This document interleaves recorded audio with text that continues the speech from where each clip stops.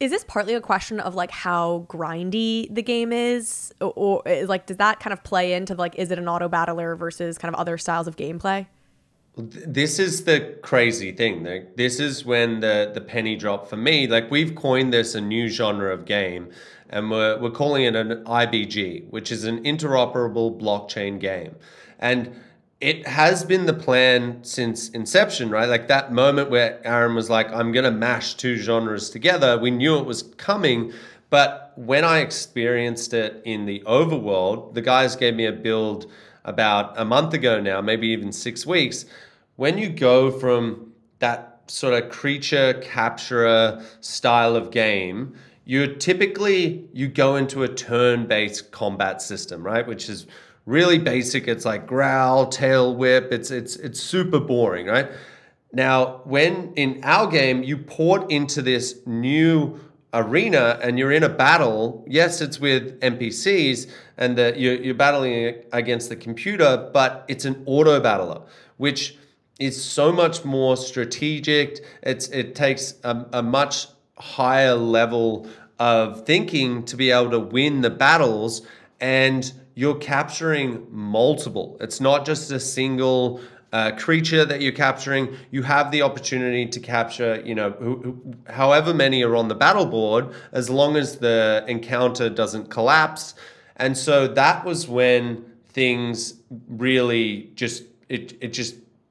it all came together, and I was like, this is two genres of game that I love all in one, right? Like, and then I thought about it and I was like, but I can't get into this game until I go to the city builder game, which is where I gather my resources.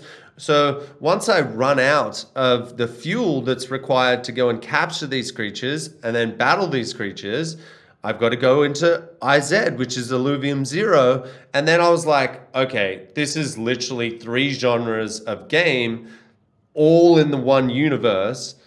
This is crazy, right? Like that was when the penny dropped for me. Robbie, have you played? Yeah, of course I've played it. I mean, the Zero game is a lot of fun. It's very good. I think obviously the meta game is what is being developed, but the core game loop is live today, which is the auto battler itself. I think it plays very similarly to a TFT. Like I think they've done a good job, and it's ready to go mainstream as soon as that metagame design is complete, which is, there's probably 5 games in the Web3 space you can say that about, and that's not me shilling.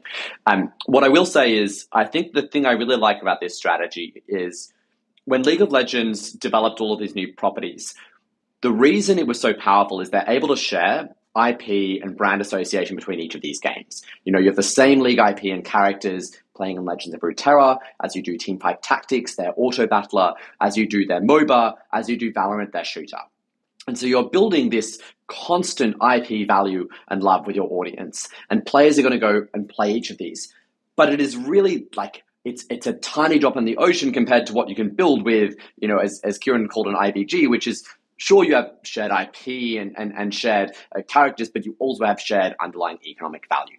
The actual asset or the alluvial that you won in the overworld can now be used in the auto battler. And the reason this is so powerful is the greatest limiting factor on a game is its genre. If you make the best trading card game in the world, at the most you can have, 100 million players, because that is the total market for people who like to play trading card games. Auto battlers proved actually categorically quite impressive. Like the genre has been far higher traction and higher spend than people expected. You obviously have things like gacha on mobile gaming. On the sort of gacha side, it's fewer players with very high monetization. The most addressable markets in the world are essentially match 3, where you have appeal to everyone from 50-year-old stay-at-home mums to young children who enjoy playing the story-based plot lines. Now you can address all of those markets with shared underlying economic value and shared IP. And that's what really excites me about this is it's the first time you can actually create a shared economic enterprise with collective IP that can address every single one of these markets. Now, not all at once, but obviously this is like the vision of what Illuvium is doing with their 9 games, and at the start addressing one with like an MMORPG and an auto battler. Kieran, let me know if I've got that wrong. But Yeah, that's what that was really He's rendered speechless. No, that was pretty impressive. So yeah, like now obviously we're decentralized and we're governed by the people, which is another little element that we thought, why not sprinkle that in? We're doing all this other crazy stuff. Let's be governed by a council that's voted in by the community. And so we have an idea, and certainly Aaron has an idea of how of which games we want to build into this ecosystem. And I guess the best example I can give is we loved playing Mario Kart when we were young. And so imagine you're in this overworld, and like Robbie's saying, you might get over playing an auto battler, or you might get over it. You've caught all the characters now, you've grinded for 4 or 5 years. But imagine then we bring out a racetrack that's over to the side, and you run over there with your character and you bring your deck in. And if you have your Atlas, your Ramfire, they turn into cars, right? Which you're then racing around in a PvP environment, and you're not buying another game. You're not downloading another game. You're simply going into another part of the universe, but it's another genre in a racing game, right? Like we've got ideas to build, tower defense games, to build Clash of Clans type style of game, a dungeon crawler. Like, the possibilities are endless. And as Robbie is saying, we're not limited by a market size, right? Like, we can literally build any game and fit it into this IP, and you'll be able to take your assets and go from one to the other to the other. Kieran, what's your thoughts on third parties developing these games and saying, hey, like, let me go do X, find out with the DAO, or we'll take some economic clip there? So we've thought about it, and it's definitely, we've actually had conversations with a couple of studios about doing it.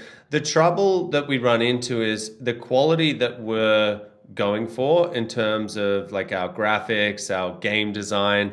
We've acquired some of the best talent around the world from some of the largest studios in the world, and indie games don't fit into our universe, right? They just don't and can't, right? Like, the level of quality that our community has come to expect is AAA across the board. And so while I would like the business guy in me is like, hey, we'll be able to get to 20 games, and Aaron's probably looking at that going like, oh my God, what is he saying? But it's not an easy feat to make all of this interoperable from a lore and game design perspective. Like, it's easy for a Mario or a Riot with League of Legends to do it, because it's all their same characters, their same lore, their same storyline. As soon as you start adding in other stuff, like, we have to get involved with our writers.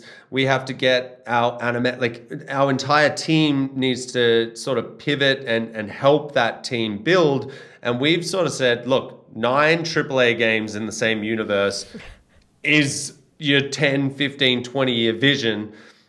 Let's not add anything onto that until maybe, I'm 50 years old, and then we can open it up and it's not going to stress me out. 3, 2,